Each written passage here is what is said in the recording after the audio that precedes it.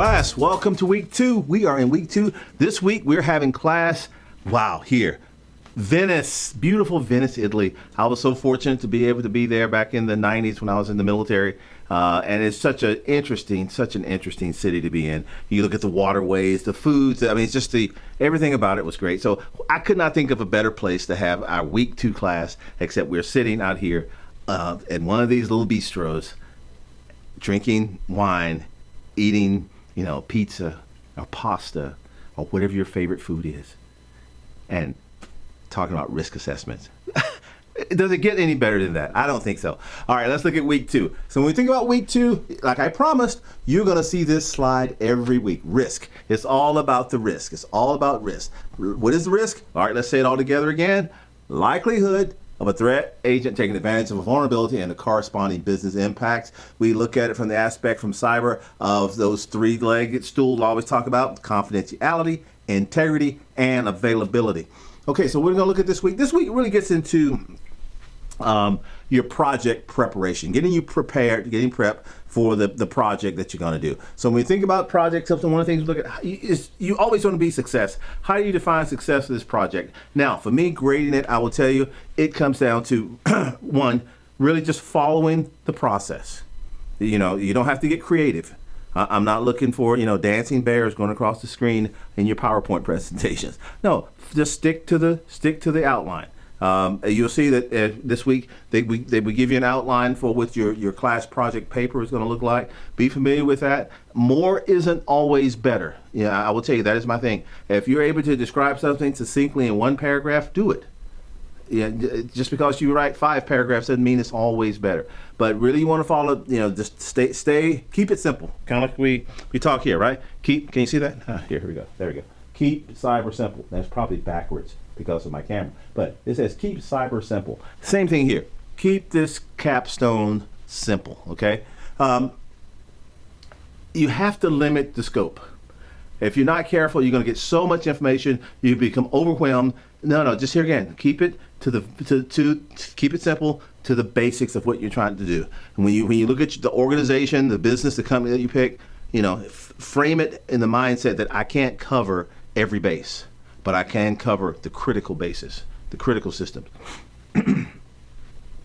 We're going to talk about your statement of work. And really everything that you do, especially from a business perspective, is based on some type of statement of work. What are we doing? Even if your business is getting a new contract with someone else to provide it, that contract is based on some type of statement of work. So there are some critical components to that. From a security perspective, many times we have things like SLAs, your service level agreement, or your ISAs, your inter-service agreements that are a part of this statement of work. What are you providing, and how are you going to do it? Just many times people aren't going to just allow you, if based on your business, to just start giving you openly information. So you got to be sure you have the right permissions and know how to request to get information, because if critical information, they should not let that out to just anyone. Determining your critical systems, critical path. This is something we call critical path. Understanding what is the critical path in a business. I think I talked about last week. I had just completed a risk assessment, or in the process of completing a risk assessment in the organization where I work. And that was really the hardest part going in, is what's critical. Because if you start asking, what are they going to say? Everything is critical. Yes, we need everything backed up 100% of the time, and it should never fail. And if it does fail, we should have 100% redundancy on everything. That's what they want. Then when you show them the price tag, well, it's going to cost you this much. Whoa, can't afford that. So now we have to back up and understand the critical systems, the critical path. And really, the critical systems isn't as important, because you know how you find out what your critical systems are? You have to find out what your critical information. This is always about information. It's not about technology. It's about information.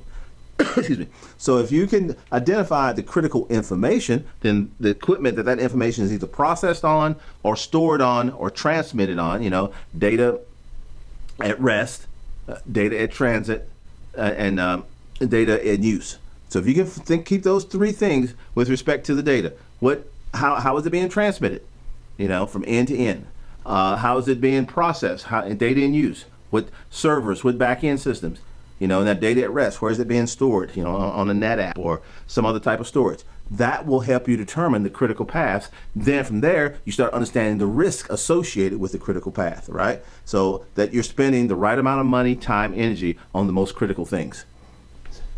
always be sensitive to any classification. You know, if you're working in an environment where you may have, you know, like in the DoD, Department of Defense, you know, where we have, you know, confidential, secret, top secret information. Understanding that in the business environment, you may have private sensitive, most or proprietary information that they mark and use those types of labels on.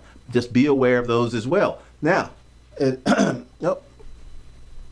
what does that project look like? Once you kind of grasp those components, this is really just a snapshot of the outline for your project. You know, table of contents, your security risk assessment, and some type of executive summary, introduction, what methodologies you use, the assessment procedures, how you did pre-assessment, any on-site assessment, post-assessment, any findings, discussions, recommendations, and then the next part of that's where you kind of get into the techie side. This is really the administrative components. Then you kind of get into the technical components, where you did your risk assessment on the information system, any of the internet security, network patching, your backup recovery systems, physical security, wireless, you know, training, access control, account control, and then your summary references, and also appendices. You know, so a lot of these things, if you have data, a lot of types of data, move those into the back into an appendix. You know, appendix A, B, C, D, etc. So yeah, so this will walk you through, you know, what we're looking for at the end. Okay, again, keep it simple. Don't try to overdo it. And if there's an area that you did not access, that's okay. Just put it like wireless. I say you may be in an organization where no, we're not using wireless as part of the infrastructure. Wireless risk assessment was not completed because it was not a part of that. So don't think you have to fill out every one of these just to be successful with this project. Now, like I say, in this class weekly, like I say, 30-minute meeting set up with me. Now the times that we're going to do this, like I say, I'm setting apart Monday and Wednesday. Excuse me. From 7 to 7:30, 7:30 to 8, and from 8 to 8:30 Monday, and the same time frames on Wednesday. Now these are central times because, like I said, I'm in Dallas, Texas, so you do the math depending on where you are. If you're on the West Coast or you're somewhere else in the world, what we're going to do, I'm going to meet up on Zoom. I will put this link in the announcements, but this is a Zoom link. It's going to be called CYB 495 meeting, and we'll set that up. Now, I need each of you to start picking a time.